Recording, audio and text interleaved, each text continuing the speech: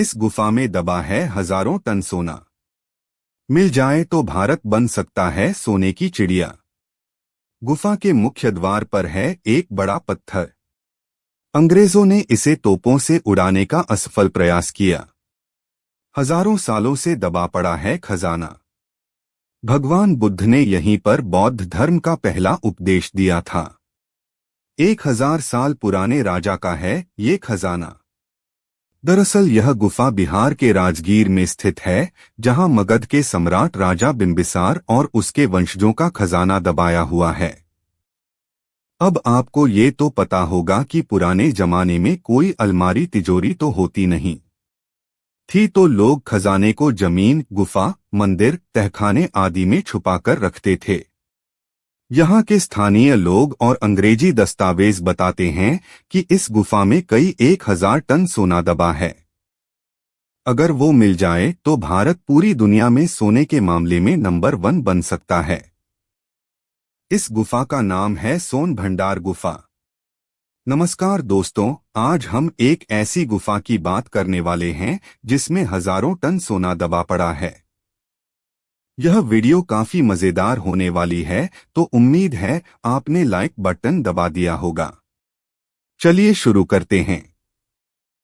अंग्रेजों के जमाने में अंग्रेजों ने इस खजाने को लूटकर ब्रिटेन ले जाने के उद्देश्य से इस खजाने तक पहुंचने का एक मैप तैयार करवाया। सर रुबेल एंड्रूस को मैप बनाने के काम में लगाया गया। एंड्रूस ने नक्शे में बताया कि इस गुफा के बीचों बीच एक बहुत बड़ा कमरा है, जिसमें हजारों टन सोना दबा हुआ है।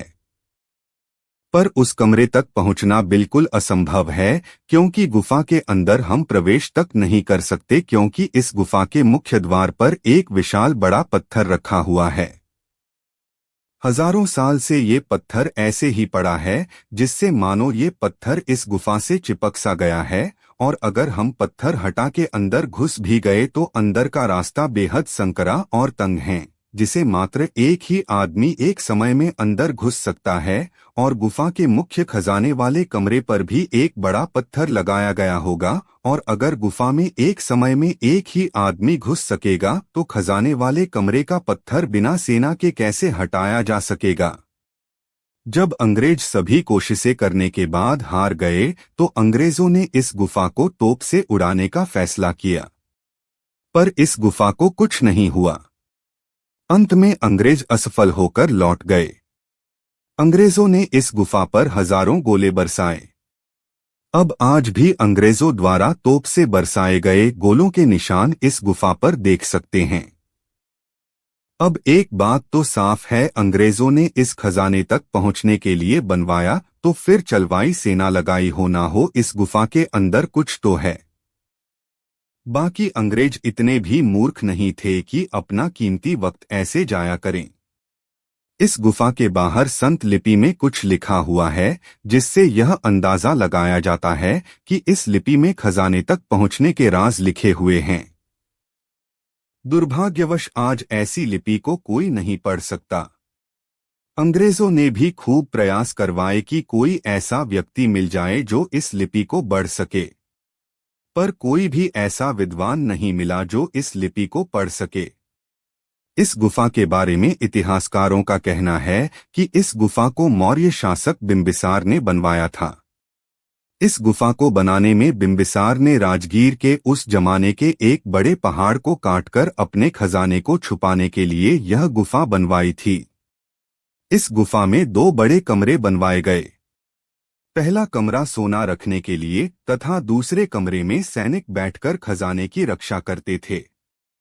इस गुफा को सोना रखने के लिए बनवाया गया था, जिससे इस गुफा का नाम ही सोन भंडार गुफा पड़ गया। तब आपके मन में सवाल उठेगा कि ये खजाना गुफा में ही क्यों छुपाया गया।